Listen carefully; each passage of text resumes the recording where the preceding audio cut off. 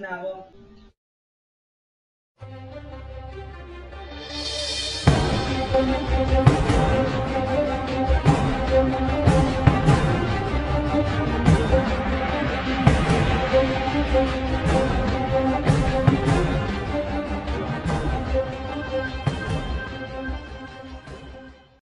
Basta ka pupunta.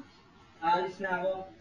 Ang aga pa naman Mas mabuti ng magong umulas kesa na makita pa yung nanay mo. Magpatawalan mo na si Mama. Si Pixar niya lang ang sabihin niyo.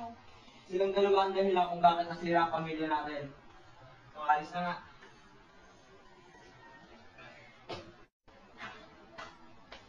Mabuti naman at umalis yung magaling mo, Ama. May out of time kami ng mga amigo, kaya aalis ako. Dahil na lang po kayo, doon muna ako sa mga kaibigan ko. Sige, umalis ka kung gusto mo, basta ako'y gagabihin.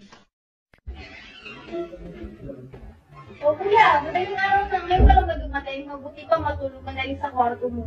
Ano kung kayo sa ganda naman talaga. Matagal na. Gusto kita.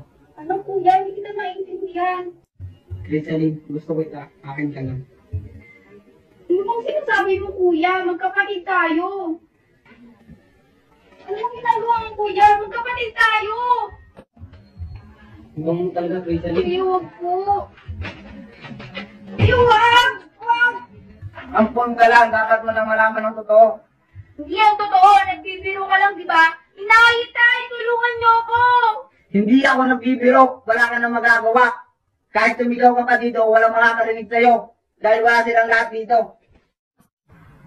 Kuya, huwag po, huwag! Magkapatid tayo!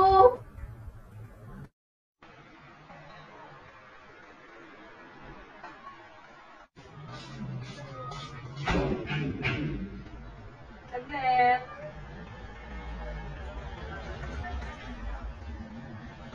Okay, Sam. Ba't ka nandito? Iyan. Kaya wala pasok mo muna dito. O, bakit ka nga umiiyak? Kasi pinagsamantalahan ako ni Kuya. Ano, totoo ba yan? Oo, namumula pa ang mata ni Kuya. Mukhang nakadroga. Walang hiya talaga yung Sam na yan. Dapat dinamanda mo na yung kapatid mo yan eh.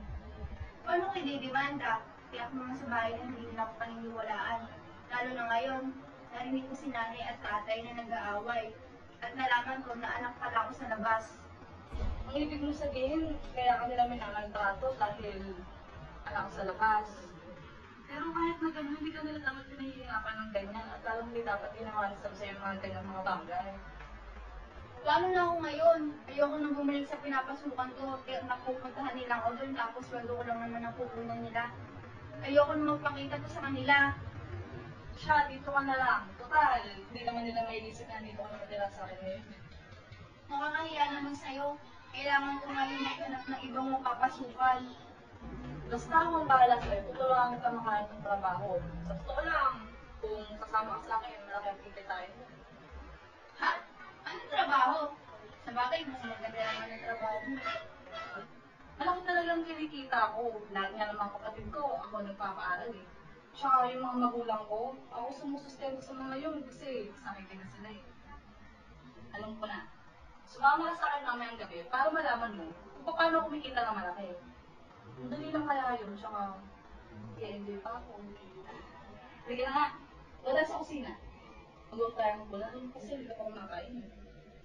Maraming salamat, Bes. Ang bait mo talaga sa akin.